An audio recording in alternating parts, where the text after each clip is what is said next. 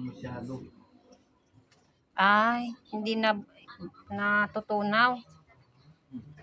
Guys, sinong nakakakilala nito guys? Sa mga kaibigan ko guys.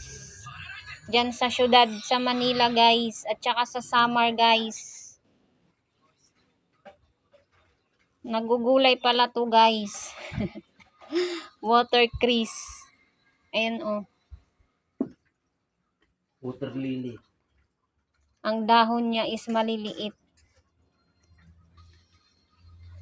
Masarap siya guys. Ito na yung finished product guys. Sinabawang water crease. Na may konting mais na puti. May patatas. At may konti ring taba ng baboy. Masarap sa malamig na panahon guys. Kain tayo.